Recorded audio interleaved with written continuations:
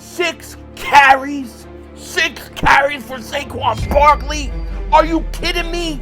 No cannolis for you, Nick Sirianni.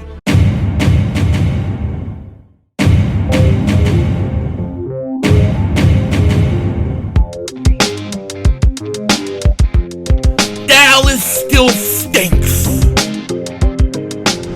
Yo, by the way, kick Dingbat here. So the Eagles lose to the Denver Broncos 21-17. Are you kidding me? Are you kidding me right now? This is crazy, okay? Now, I'll say this, I'll get it out. Congratulations to the Denver Broncos. You played a hell of a game. You deserve to win that game, I guess, at the end. You won it. I thought Sean Payton was ballsy. Going for a 2-point conversion was the right call. You're on the road. You're playing the champs. You got to go to win the game, not lose the game. So congratulations. I thought the Eagles were going to blow them out. And if Hurts hits A.J. Brown in the fourth quarter, or, with that touchdown or the 24-6, they would have. But he didn't. He missed it. I don't even know whose fault it is. Some people are telling me it's A.J. Brown's fault. Some people are telling me it's Hurts. I haven't watched it but one time. I saw it one time, so I'll have to go and see. But it don't matter. Whoever missed it, that was it. That was the game right there. That's when I felt this game changed for the Eagles. When they missed that bomb to A.J. Brown. And look, I've got a lot of mixed feelings about this game. I really do. Because we controlled the game for pretty much 3 quarters. We had this game, all right? They scored 18 unanswered points. We were up to a point where we should have won this game, okay? And all week I've been bitching about, and I know a lot of other people have been bitching about, go out and start throwing the ball. You can't just keep running the same inside zone runs. And they come out and they throw the ball. And to be quite honest with you, I didn't have too big of problems with them throwing the ball. I thought they did an okay job at it, okay? It wasn't perfect. There were missed throws and missed opportunities. No question about it. But I got to tell you, the one thing that shocked me was when somebody in my chat said fourth quarter, Barkley's had 6 carries. What?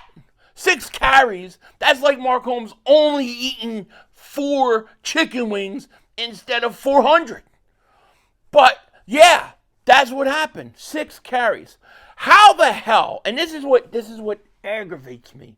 How do you go from one extreme to the other extreme?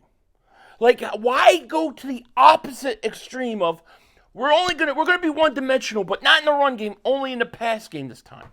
That's what I don't understand.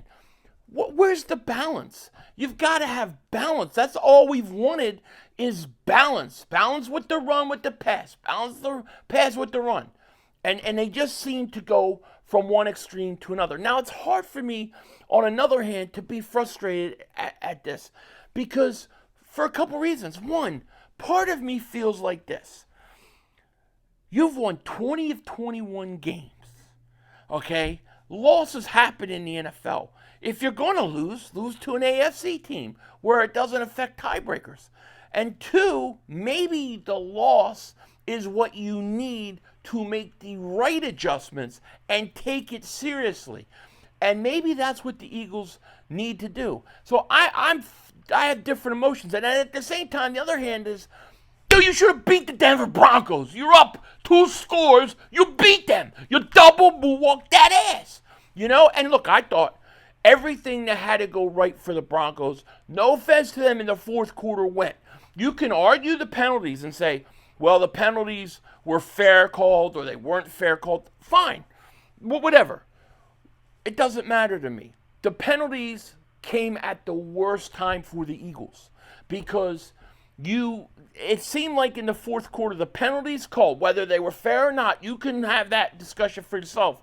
But they came at a time where they really hurt the Eagles. For example, the Eagles run a pitch out to Barkley. It looked like there was going to be a huge hole. Gets called back for what? Offsides. Then Barkley runs the next drive, Barkley runs for 8 yards to start the series. They call a hold. It screws everything up. Then you had the 4th down play where Devontae Smith catches the ball at the 22-yard line, and you're down 18-17 already with about 5 minutes left in the game. And they call another penalty. So that brings that back. Then you got Denver with the ball. They throw an intentional grounding. They pick up the flag. I've never seen that. Okay, and they don't tell you they did it. Then you get the late hit on Bond that gives them a fourth down, that gives them a first down, that allows them to take more time off the clock. And then of course the really bad, and this was a missed call. The pass interference to Goddard on the 3-yard line that should have given the Eagles one shot, at least at it. So, and I'm not sitting here saying I'm blaming the refs. I'm not blaming. I'm not making the argument that they were bad calls or good. All I'm saying is they came at big times in this game against the Eagles, and it hurt us. And that's because we're inconsistent, we're sloppy, and we're one-dimensional. We've been one-dimensional for 4 weeks, one way, and we went to the opposite extreme of one-dimensionality the other way. You've got to find balance, okay? My biggest concern going into the game next week with the Giants isn't that we're going to beat the Giants or lose. We're going to kill the Giants. My problem is will this team now say, will the coaches say, well, see, we came out, we tried to throw it to Devontae and A.J. Brown, and it didn't work, so we're going to revert right back to the other side of the one-dimensionality. Is that what they're going to do? Or are they going to say, listen, we've been too extreme in the run game. We finally changed it up, but now we went too extreme in the passing game. Let's bring it back to the middle and have a balance. Have balanced run, balanced pass attack. Somewhat. I'm not saying it has to be 50-50, but you've got to be a little more balanced. And, if they were more balanced and were able to run the ball in that fourth quarter, you probably beat the Broncos. I look at it like you let this one get away. You let it slip away. It's just frustrating, and that's why I'm doing this video. I just need to rant. I need to get this mother humper out, and then I'm turning the page. I'm going to do my post-game tomorrow with Joey Shakes, the Philly Shakedown podcast post-game. We're going to do it tomorrow. I'm done that. I turn the page on this game. We got to play Thursday. Thank God the Eagles are playing on Thursday. I'm happy. I mean, usually I don't like Thursday games, to be honest with you, but I'll take it this week because anything to get this feeling out. I think us Eagle fans have become spoiled. We forgot what it's like to lose. We've won 20 of 21 games. It's crazy. Some people are saying this feels a lot like that Washington game versus the Eagles last year. Maybe so. I kind of get Atlanta Falcon vibe game week 2. Whatever it is, the Eagles got to use this Giants game as a get-right game. They've got to fix this offense. It's fixable. And I know there's a lot of talk about Jalen Hurts and AJ. Their relationships are bad, this, that, the other. I can't get into all that stuff I don't know anything about. All I can tell you is this team should have won this game. They should be 5-0. This team should win every week. Every week, because they haven't even played good football yet, and they're beating teams, and they're still 4-1. And I have mixed emotions, because I'm pissed and heartbroken at this game. I'm frustrated by what I'm seeing from the offensive coordinator and the head coach. But at the same time, how am I going to kill a team that has just won 20 of 21 games, have not lost in a full calendar year? You know what I'm saying? Do they not deserve a little bit of breathing room to fix this thing? I feel like this. They're probably trying to find their identity. And they went to one extreme today of the opposite extreme that they had been doing. Now, if they could just balance it up a little more, I think they're going to be fine. Shout out to Devontae Smith, by the way. I thought he had a great game. I thought Aziz Ojulari played good. Let him play more. I thought Zadarius Smith played good. To me, the biggest problem and the biggest issue going forward on this team is not the offense. We will fix that. I can tell. You can tell. They are starting to do that already. They're not there yet, but they're starting. Where we got a problem is the edge rusher.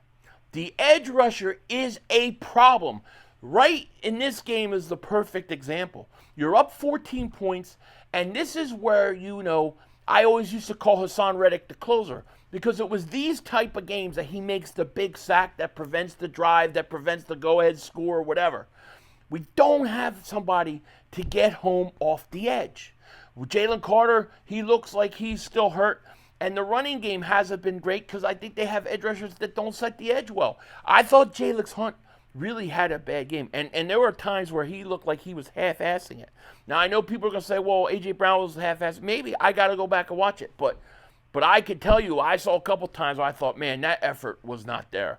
So my point is this, is it's a frustrating loss. I know. I hate it. We should have won that game.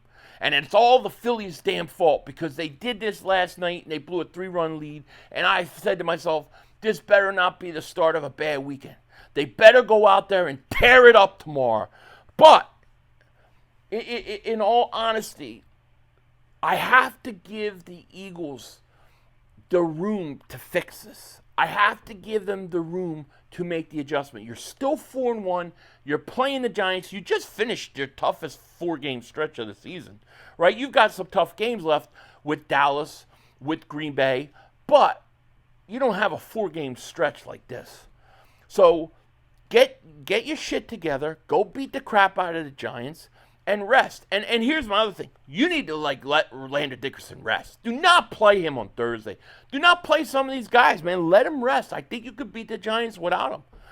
Go offensively. Find your balance and start using it. No more extremes. If they go back into that running game extreme again, it's horrible. I mean, look, Barkley should have about 20 carries a game. Okay? To 18, 20. Hurts should throw about 20 to 30 times at most a game. Okay, but just because you're going to go heavy with Barkley running doesn't mean you have to run inside zone on first down every time. You could pitch out. They ran a pitch out today, 17 yards. Do things like that. Be creative. I think they have that in them. I know people hate Patullo, and I get it. But to me, this week versus the Giants is it. If they can't fix it, then I'll lose confidence in Patullo. This is going to show us a lot how they respond. And I truthfully expect them to respond really well. I do. But this was a blown opportunity to go 5-0. This is one of those games you like to have back. But I think that there's a lot to build on this game. The one thing the Eagles have done is when they have lost, they have come back and made the proper changes. I expect them to do that. I think they're going to do that. I trust that they're going to do that. And what are you going to do about that? That's the question. In the meantime, Dallas stinks. All right, you beat the Jets. 0-4 Jets. Dak Prescott, MVP. My ass. I know what Mark Holmes is going to do, but I'll say that for maybe my post-credit scene. With that said, it sucks. We got to take it on the chin. And you know what? We got to move on quick. This won't happen again. This won't happen again. With that said, take care. Talk to you later, of course. Don't be a dingbat. Remember, it's Howie Vision. We're all just living in it.